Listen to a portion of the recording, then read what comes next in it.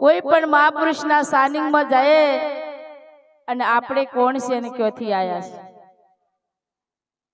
આ જગતની અંદર પરિવારમાં પરમાત્મા માનવનું શરીર આપણને આપ્યું છે અને પરમાત્મા કે સકે દહીં દાંતણના પાણી એ તો મનુષ્યના અવતારમાં મળે. પછી ગમે તે ખૂંટે બંધાય ને એને કોઈ ગાદલો ના પથરે. હુરો ભાઈ, ખૂંટા બંધાયા પછી કોઈ ગાદલો પથરી આલે? આ તો એક શરીર આપણને માનવનું મળ્યું છે અને આ શરીર જો સંતોની સાનિધ્યમાં જતી રહે, દેવી દેવતાઓની સાનિધ્યમાં જતું રહે તો એનું જીવન ધન્ય બની જાય. અને એવા માર્ગમાં જેસલ પાપી તોરલ જેવા ગુરુ મળ્યા અને પલમાં પીર બન્યા. તમે વિચાર કરો, માલદેવ રૂપાદેવ જેવા ગુરુ મળ્યા અને એ પણ પલમાં પીર બની ગયા. એમ આપણને પણ કોઈ મહાપુરુષનું સાનિધ્ય મળી જાય ને આ જીવનો ભવસાગર પાર ઉતરી જવાય. જેઠીરામ બાપુએ કીધું છે, આવા મનુષ્ય જેવા એ ટોણા રે વાલીડા ફરી નહીં તો મળે રે. જેઠીરામ બાપુએ કીધું કે જીવડા બળદના અવતારમાં જવું પડશે, આડા પરુણોના મારસી માર. હે જીવડા તારા ઊંટોમાં જવું પડશે, તને ખાવા પડશે કે લેબડાનો ડાળો. હે જીવડા તારા ઝાડમાં જવું પડશે, હજારો વર્ષ ઊભું રહેવું પડશે. પણ એક મનુષ્યને એવું ટાણું મળ્યું છે આપણને હરી ભજવાનું. આ સુરાભાઈ જેવા કોઈ જાગૃત જીવ થઈ જાય ને તો કેટલા જીવોનો ઉદ્ધાર થઈ જાય. આપણા માથે 84 નું દેવું વધી ગયું છે. પેલું જો દેવું વધે ને એ તો ગમે તે રીતે કમાઈને આપણે ભરીશું, પણ 84 નું દેવું વધ્યું છે સોમલભાઈ. અને 84 નું દેવું કે યાદ છે, તને યાદ છે, મરવાની તને યાદ છે, તારા પર વધ્યું છે 84 નું દેવું. અને એના કોઈ મહાપુરુષ વગર સોળાય કઈ એમ નથી. જેમ કે ચાર હોજી આપણે જેસલ જેવા હોઈએ ને તાર હોજી કોઈ આપણો માર્ગ ના બતાવે, પણ તોરલ જેવા ગુરુ મળે ને તે માર્ગદર્શન કરે, એ પલમાં પીર બની જવાય. અને એના માટે આપણા સંતે જગાડે છે. અને બહેનોને હું તો કહું છું, તમે જીવનમાં ભક્તિ કરી હોય ને તો તમારા ગયડો મા બાપની સેવા કરજો. અને કરો છો ને, સાસુ સસરાની સેવા કોણ કરે છે? બહેનોને કહું છું. અને તમારા પતિઓની સેવા કરો છો કે?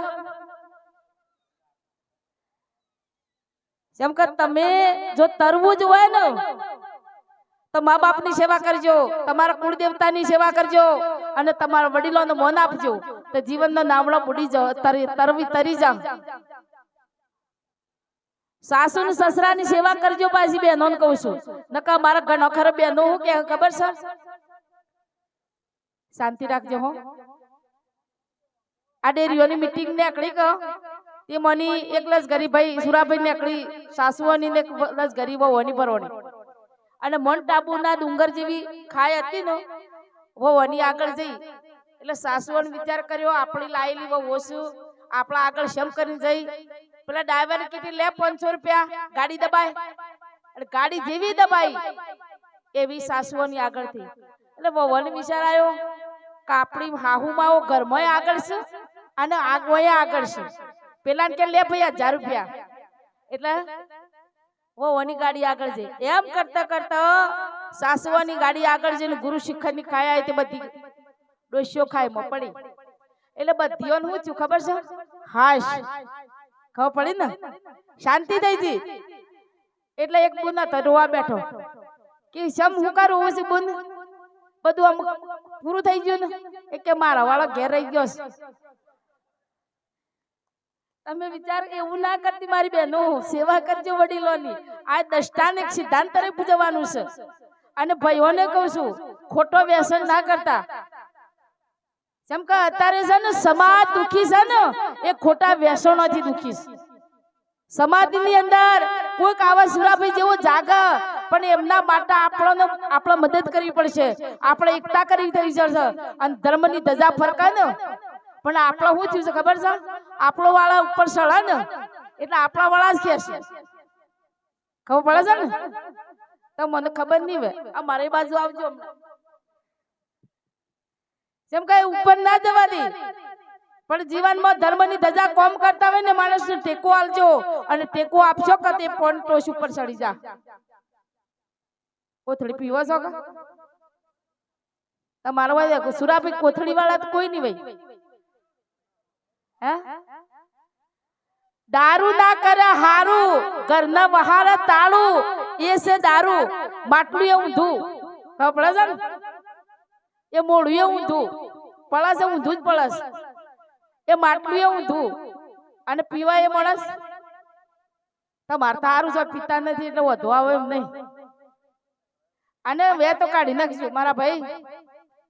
જેમ કે નશા છે ને એ માણસ બરબાદીના માર્ગે લઈ જઈશ. ખોટા વ્યસન કરતા નહીં, ખોટા નશા કરતા નહીં. વડીલોની સેવા કરજો, મા બાપની સેવા કરજો અને તમારા કુળદેવતાની સેવા કરજો. આ મા શક્તિના ઓગણે આવશો ને તો તમારું કલ્યાણ થઈ જાય. સવારમાં ઉઠીને કોઈ ના કરો તો સૂર્યનારાયણ પગે લાગીને માના મંદિર આવશો ને તો તમારી આશાઓ પૂરી થઈ જાય. બોલો સતી માત કી. એટલે ખરેખર એના સાનિધ્યમાં આજે ખરેખર અમને બોલવાનો મોકો મળ્યો છે, આજે દર્શનનો મોકો મળ્યો છે અને આપણા બધાનો દર્શનનો મોકો મળ્યો છે. અને એના માટે સંતે ભજનમાં વાત કરી છે. હો હલો સંતે ભજનમાં વાત કરી છે. હરે જગ જીવ લડા